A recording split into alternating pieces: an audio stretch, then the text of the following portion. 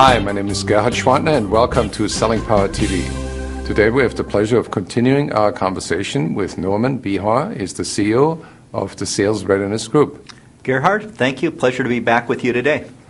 Let's talk about sales coaching and why is it so difficult? I think sales coaching is difficult because if you think about salespeople, they typically go through sales training. But most sales training, at least historically, has been event-based. And salespeople kind of develop a baseline of performance. They may forget a lot of what they've learned. And then they go out on sales calls and they start just relying on their natural instincts. And I think without ongoing culture and a culture of coaching, those kind of mistakes get inbred and they get very set in their patterns. And so what coaching does is it gives a chance even for your best performers to really unlearn some of the things that they're really not doing so well and develop new skills and best practices in a very safe environment. And that's why we talk about a coaching culture. If coaching was only applied to people who weren't performing well, then it would be somewhat of a punitive culture and nobody's going to want to be coached.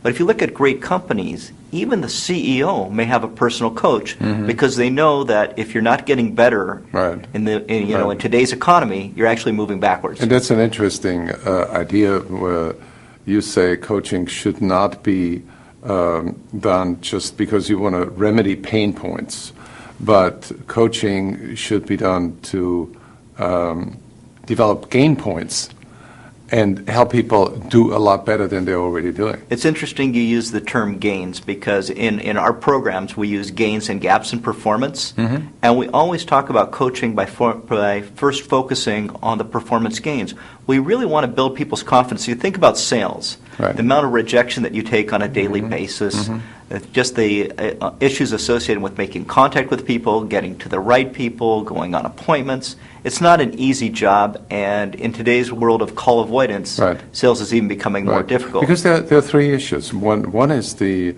technology is growing and changing, and salespeople are being pulled into technology training classes, and usually their selling skills suffer because of that. Then there is the total change in skills because social media has really destroyed the old sales processes. So you need to develop new skills in being more social and make social calls instead of cold calls. And then there is their own performance measurement. You know, sales managers want salespeople to perform within a certain process. So to juggle all those three things, it's going to be complicated. I think that salespeople have a more challenging job ahead of them they've ever had before. If you think about buyers today, they're empowered. They know about your products. They know about your services. Even before you make the call, they've gone to your website. They can pull down the spec sheets. Marketing departments do a fabulous job of pushing out information on products and services. So sales coaching is an opportunity for a sales manager, whether it's an inside team listening in on calls or a field-based team and going out on joint calls, to really kind of say, here are the specific behaviors that we'd really like to work on, recognize those behaviors they're doing very well, and then suggest areas for improvement. And the real key is that they've got to be great at questioning. So let's say you and I went on a joint sales call, and I just started telling you all the things that didn't go so well in the car ride after that call. That's not a positive experience. But if I said, hey, Gerhard, why don't you reflect on this call? Tell me what you think went really well in this call. So let's start with the positives. Where do you think there were some areas for improvement? Let's do some role plays. I'm the manager and you're the salesperson. Sure. And you fumbled a customer objection. The customer said your price is too high, and I said, what do you mean our price is too high? Right.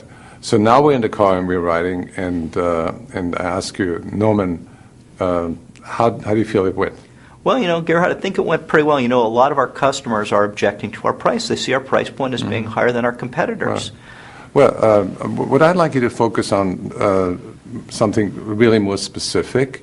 Are there other ways you could have responded to that objection?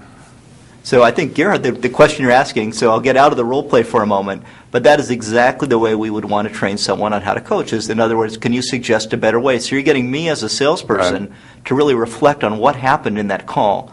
And that's what real learning takes place, is when the person who's doing the learning can kind of come to that revelation on their own. So when we're teaching coaching skills, we're helping people analyze what could I have done better, and then we're going one step further. What are the specific skills they need to get better in those areas? What I like about that process is that you start out with something that's difficult to address or maybe sensitive, and instead of punishing a salesperson for saying, hey, you made a mistake, then you can say, let's put our heads together and come up with a creative solution.